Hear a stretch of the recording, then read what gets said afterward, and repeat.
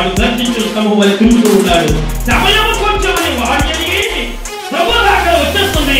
ఈ అందరినీ అందరూ చేయాలి, అందరినీ చంపేయాలి, అందరినీ పర్వతంగా కొంచెం మాయ చేసేయాలి, అటాకులు చేసేయాలి, గొడవలు పెట్టేయాలి, గుడికి వెళ్ళివ్వకూడదు, పరిశుభ్రత పెట్టకూడదు, పాపాలు చేయించేయాలి, తిరుగుబాట్లు లేకొట్టాలి, యుద్ధాలు చేయించాలి, సంఘంలో ఒప్పుడు కూడా పర్వకాలు వెళ్ళకుండా పరిశుద్ధులుగా ఉండకూడదు, అపరిశుద్ధులుగా మారిపోవాలి. సమయం కొంచెమే అది వాడు ఎరిగి గర్జించు సింహం వలె ఎవరు మిగుతున్నావా అని ప్రచండవుతున్న వాడు వేగవంతంగా ప్రయాణం చేస్తున్నాడు. జాగ్రత్త.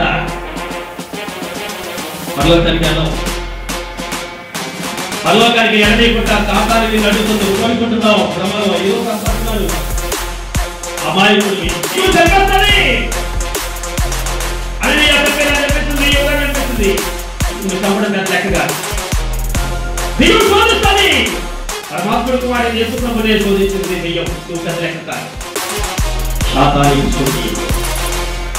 శాతానికి శోధి పాపోటి ప్రతివాడు అపవాది సంబంధి, అపనముతో ప్రవర్తించి ప్రతివాడు అపవాది సంబంధి, దుర్భాగ్యంగా ప్రవర్తించి ప్రతివాడు కూడా అపవాది సంబంధి, నీతికి విరోధంగా ప్రతి ప్రతివాడు అపవాది సంబంధి, ప్రభు చెందని మార్గాలను చదవకేవాడు ప్రతి ఒక్కరు కూడా అపవాది సంబంధి.